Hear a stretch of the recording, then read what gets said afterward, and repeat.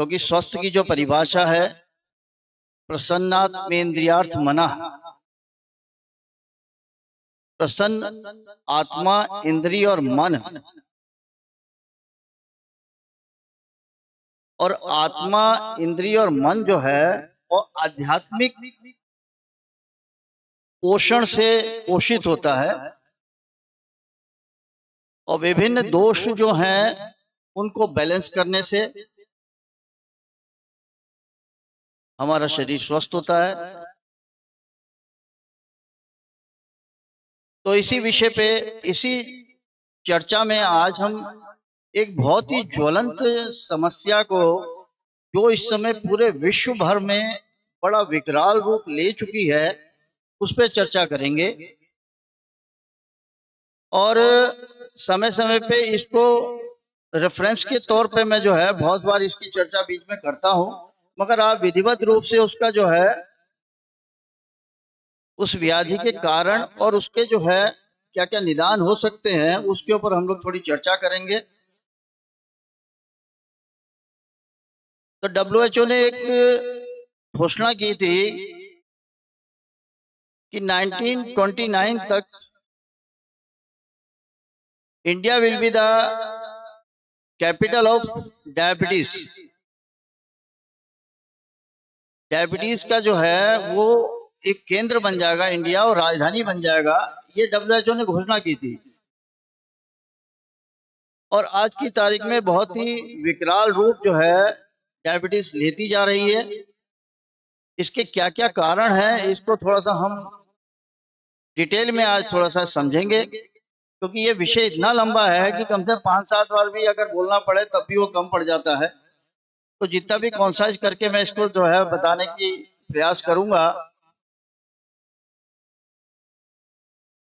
देखिए, डायबिटीज जो है इसको मधुमेह कहा जाता है, और प्राचीन शास्त्र जो है इसका अगर वर्णन जब करते हैं तो 20 प्रकार के जो है प्रमेह माने गए हैं, प्रमेह कहा गया इसको। और अथर्ववेद में भी इसका वर्णन है। बड़ी जोरदार बात यह है कि उस समय भी इसका वर्णन किया गया था, क्योंकि अथर्ववेद का उपवेद जो है आयुर्वेद है, और इसमें जो है चर्चा की गई है कि 20% के 20 तरीके के जो है प्रमेह माने गए हैं, जिसमें 10 प्रकार के कफज प्रमेह, 6 प्रकार के पित्तज प्रमेह और 4 प्रकार के वातज प्रमेह माने गए हैं। इनका अगर डिवीजन देखा जाए तो आचार्य चरक, सुश्रुत और वाग्भट 3 बृहत्त्रयी जो ग्रंथ हैं चिकित्सा शास्त्र के प्राचीनतम, उनमें सब में इसका वर्णन मिलता है।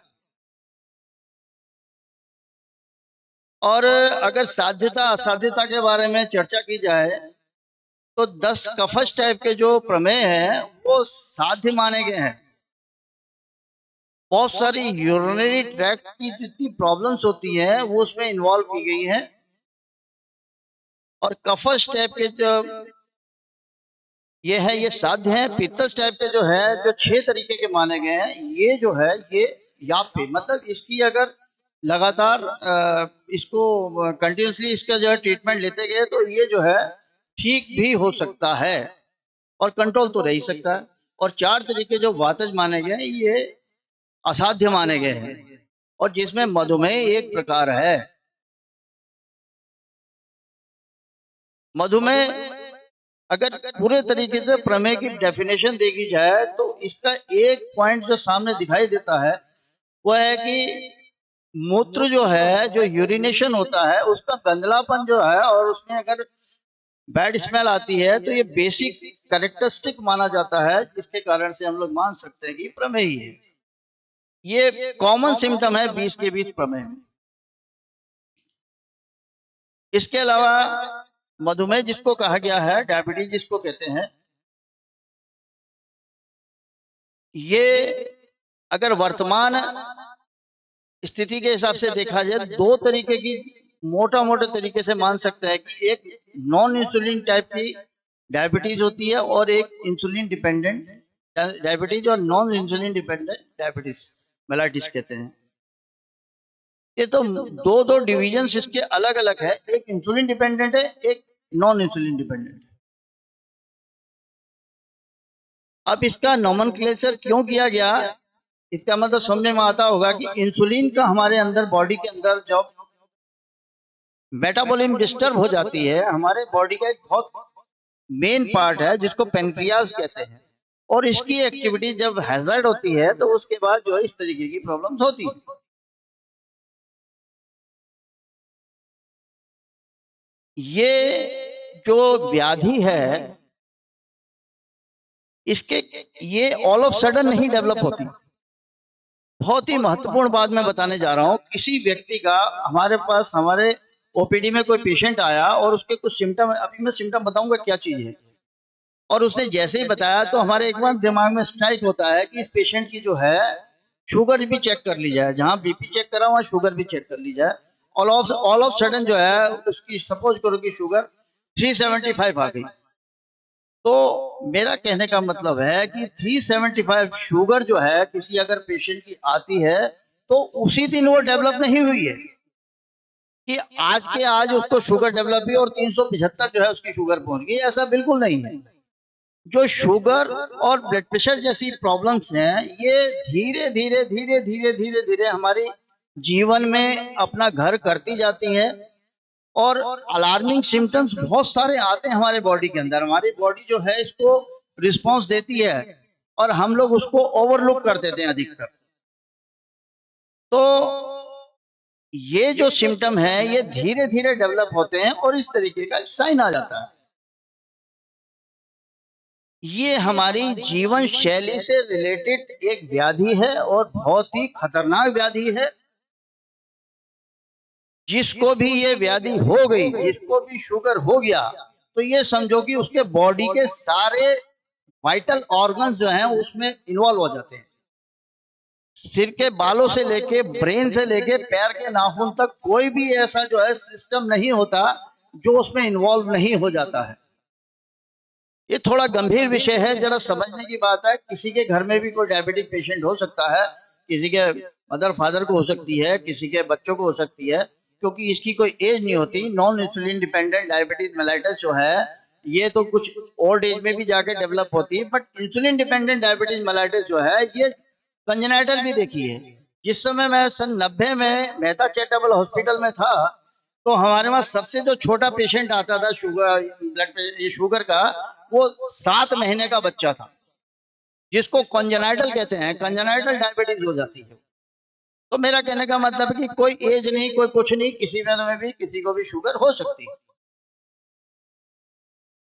तो हमारी जीवन शैली किस तरीके की है और क्या भविष्य में हम अपने आप को बदलाव करें जिसके कारण से वो हमारे शरीर में ये व्याधि ना हो, इसके ऊपर आज मैं चर्चा करूंगा। बहुत लंबी चर्चा है तो एक छोटे छोटे पॉइंट्स में करूंगा, 2-3 पार्ट में होगी क्योंकि समय बड़ा कम है मेरे पास।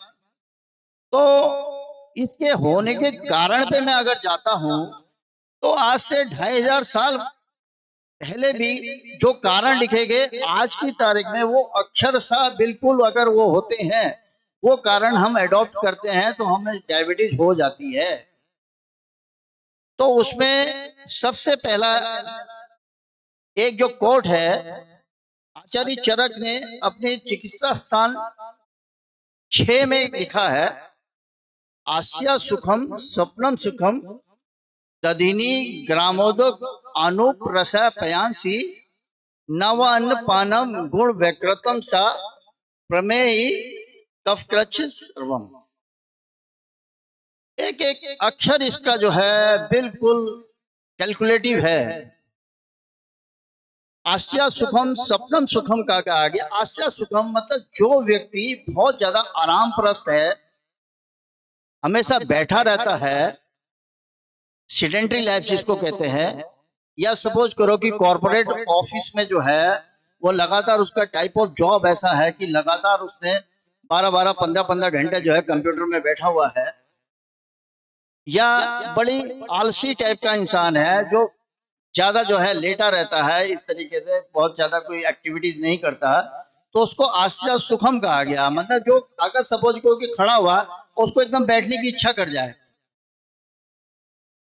अपने आप को सब एसेस करिएगा इस चीज के लिए। जो चीजें मैं बताने जा रहा हूँ बहुत ही महत्वपूर्ण चीज है। कि आस्या सुखम मतलब कहा गया कि जो सुख को हमेशा धारण करता रहता है, हमेशा अपने बैठने की कोशिश करता है, ऐसे व्यक्ति आगे चल के भविष्य में डायबिटिक हो सकता है। नेक्स्ट पॉइंट इसमें कहा गया स्वप्नम सुखम, मतलब जो आदमी निद्रा में बहुत लंबी लंबी निद्राएं लेता है, 10-10 घंटे सोए रहता है और स्वप्न को जो है मतलब ड्रीम्स वगैरह में रहता है, मतलब लेटे रहता है उस तरीके से, मीन्स ओवरऑल इसका कारण है कि सेडेंटरी लाइफ हमारी जो है लाइफस्टाइल जो है वो बिल्कुल अगर रुकी हुई है तो वो व्यक्ति जो है डायबिटिक हो सकता है।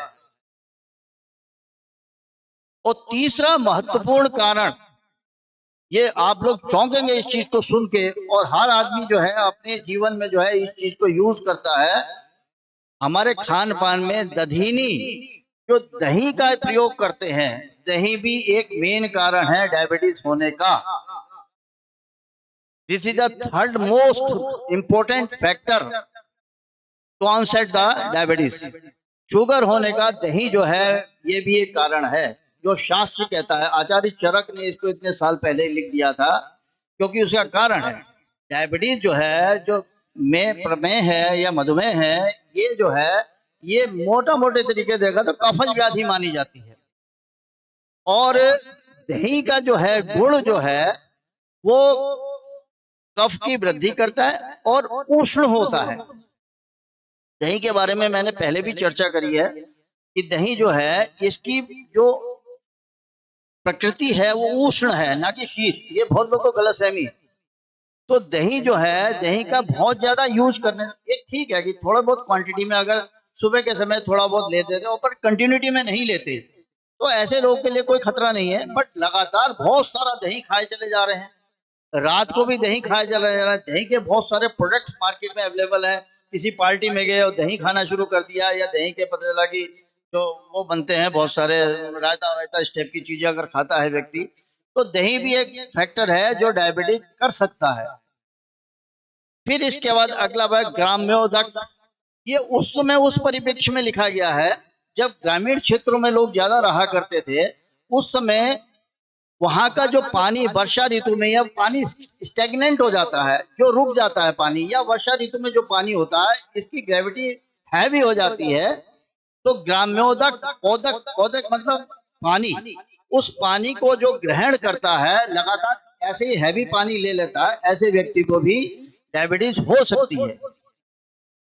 फिर इसके बाद अगला पॉइंट आता है, इसके मैं बताऊंगा कि अगर पानी को बॉईल करके लगातार ले गए, अगर उसमें संधान करें, कोई त्रिकटु वगैरह उसमें डाल दें तो इस व्याधि से बचा जा सकता है। बट अगर ऐसे ही पानी को इंटेक कर ले रहा है व्यक्ति जो है तो उसमें भी ये व्याधि हो सकती है। अगर जो डायबिटिक है तो ये बढ़ सकती है। फिर इसके बाद अगला पॉइंट आता है अनुपरसा। अनुपरसा मतलब कि जो आप इस हिसाब से समझे कि जो सी फूड्स खाते हैं लोग, मतलब जो मछली वगैरह का जो इंटेक करते हैं, मछली खाते हैं या इस तरीके के मतलब मांसाहार का प्रयोग करते हैं, जो अनु मतलब जो है पानी वाले क्षेत्रों में ज्यादा पाए जाते हैं, जो जानवर पाए जाते हैं, अगर उसको जो है खाता है आदमी, मांसाहारी है, ऐसे व्यक्ति को भी शुगर हो सकती है। अनुप्रस हो गया। इसका पयांसी कहा गया है।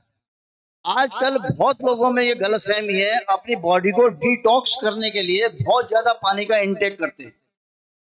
पयांसी कहा गया उसको। पयांसी मीन्स कि बहुत ज्यादा लिक्विड डाइट को लेना, और वो जो है डिटॉक्स करने के लिए मैंने देखा कि सुबह सुबह लोग जो है धनिया का पानी के बड़े बड़े गिलास 500 ml के जो है पिए चले जा रहे हैं डिटॉक्स करने के चक्कर में। एक क्वांटिटी में पानी लेना, मैं इसकी बहुत बार चर्चा कर चुका हूं, जब आपको प्यास लगे तब पानी पीना है। बट अगर बहुत ही ज्यादा लिक्विड डाइट लेता है, इससे हमारे बॉडी के अंदर कफ का कंटेंट बढ़ता है और क्लेद बढ़ता है, और जिसके कारण से जो है ये डायबिटीज हो सकती है।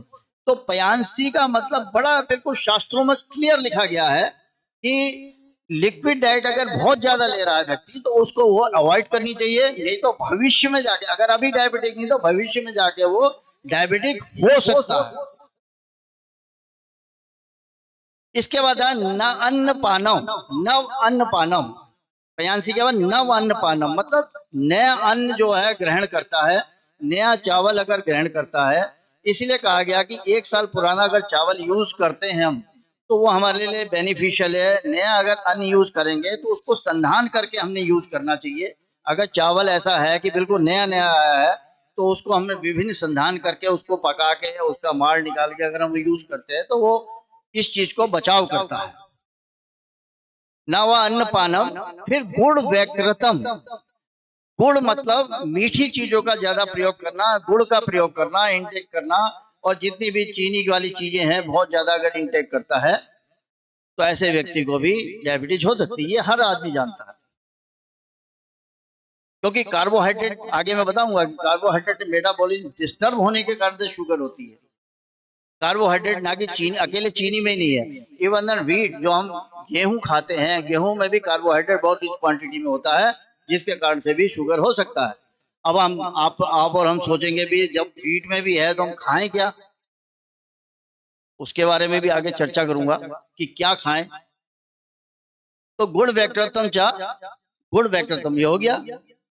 प्रमेय हेतु कफ कृच्छ सर्वम, मतलब ये सारी चीजें जो हैं ये प्रमेय होने के, मधुमेह होने के कारण हैं, जो कफ की वृद्धि करते हैं।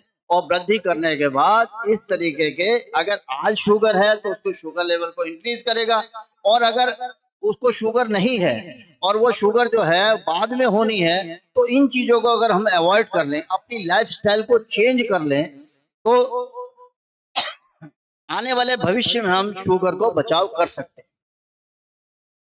अगर जेनेटिकल शुगर नहीं है तो वो व्यक्ति जो है उसके लिए तो हम नहीं कहते कि वो रिवर्स होती थी, बट जो है शुगर भी रिवर्स हो जाती है। अपने जैसे जैसे हम लोग अपने इस निदान को, इस कारणों को दूर करेंगे तो हम इससे बच सकते हैं। आचार्य सुश्रुत संहिता एक आती है, जो एक शल्य तंत्र का, जो सर्जरी का एक जो है ग्रंथ है, एक बुक है, टेक्स्ट है। तो सुश्रुत संहिता के निदान स्थान में जो छठा निदान स्थान का है, उसमें भी बिल्कुल सेम ये चीज कहेगी है। जो आलसी व्यक्ति है, जो सेडेंटरी लाइफ है, जो ये इस तरीके का खान पान रखता है, उस व्यक्ति को शुगर हो जाती है। मैं आज इस विषय को इसीलिए इतना डिटेल में बता रहा हूं क्योंकि सिम्टम, साइन वगैरह ये तो ऐसी चीजें हैं कि अभी 1 सेकंड के अंदर सारी चीजें बता दूंगा कि क्या क्या चीजें इनमें सिम्टम्स आते हैं, किस किस तरीके से व्यक्ति जो है फिक्र करता है। क्योंकि अगर हम अपनी इन चीजों के अवॉइड कर लेंगे तो आगे वाले भविष्य में बहुत खतरनाक तरीके की व्याधि से बच सकते हैं। अब अगर सपोज करो कि किसी व्यक्ति में बहुत ज्यादा प्यास लगनी शुरू हो जाती है, थोड़ा सिम्टम में आता हूं। 3 मुख्य सिम्टम है, बहुत ज्यादा प्यास लगना, स्वेटिंग होना, और पॉलीयूरिया कहते हैं, बार बार पेशाब आना। नॉर्मली व्यक्ति जो है 24 घंटे के अंदर 7-8 बार यूरिन जाता है, और डायबिटिक पेशेंट जो है उसके 15-16 बार उसको शुगर, वो यूरिन जा सकता है।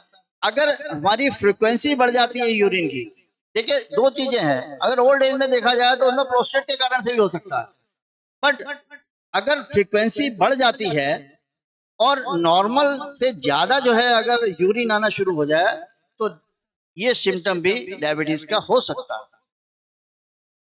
और एकदम अगर सपोज को वेट गेन हो जाए किसी पेशेंट का, किसी व्यक्ति का वेट गेन होना शुरू हो जाए, वेट बढ़ना शुरू हो जाए, बहुत सारे और भी कारण है बट एक कारण ये भी है, या एकदम बिल्कुल कमजोर हो जाए।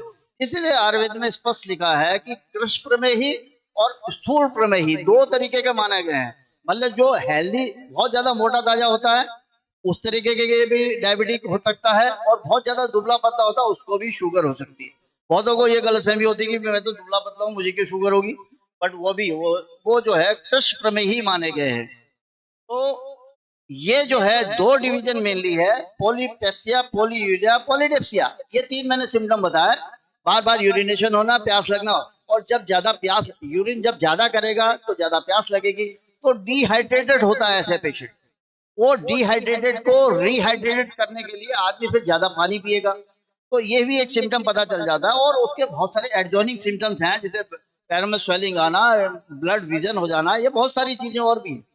बट बेसिक कंसेप्ट क्या है कि ये 3 सिम्टम जिस समय पेशेंट हमें आके बताता है तो हम उस समय जो है ये सोच सकते हैं कि ये पेशेंट को डायबिटीज हो सकती है, जो शुरुआत में मैंने स्टार्ट किया था जिस बात से। और आज जो है अब ये 9:30 बज गए हैं। इसके बाद अगले अगर टर्म में मुझे समय मिलेगा तो इसके आगे की चीज मैं बताऊंगा कि इसका चिकित्सा सूत्र क्या है, इसको कैसे ट्रीट करना है, कैसे अपनी लाइफस्टाइल को हमने चेंज करना है। इवन देन मैं आपको कभी वक्त मिलेगा तो ये भी बताऊंगा कि कौन सा आटा हमने यूज करना चाहिए। जैसे व्हीट जो है, जो गेहूं का आटा है, वो कितना, इसका ग्लाइसेमिक इंडेक्स कितना है, और मड़ुए के आटे का ग्लाइसेमिक इंडेक्स कितना है, ज्वार के आटे का ग्लाइसेमिक इंडेक्स कितना है। इस तरीके से सारे आटों में कौन सा हमारा आटा जो हमारे लिए बेनिफिशियल है, जो लेस कार्बोहाइड्रेट जो है, जो मेटाबॉलिज्म को डिस्टर्ब करेगा, ये सारी चीजें मैं आगे वर्णन करूंगा। और आज की तारीख में अभी मैं अपनी वाणी को इसी में विराम देता हूं, आगे कंटिन्यूटी में इसको मैं बढ़ाऊंगा। थैंक यू वेरी मच, आपने मुझे शांति से सुना।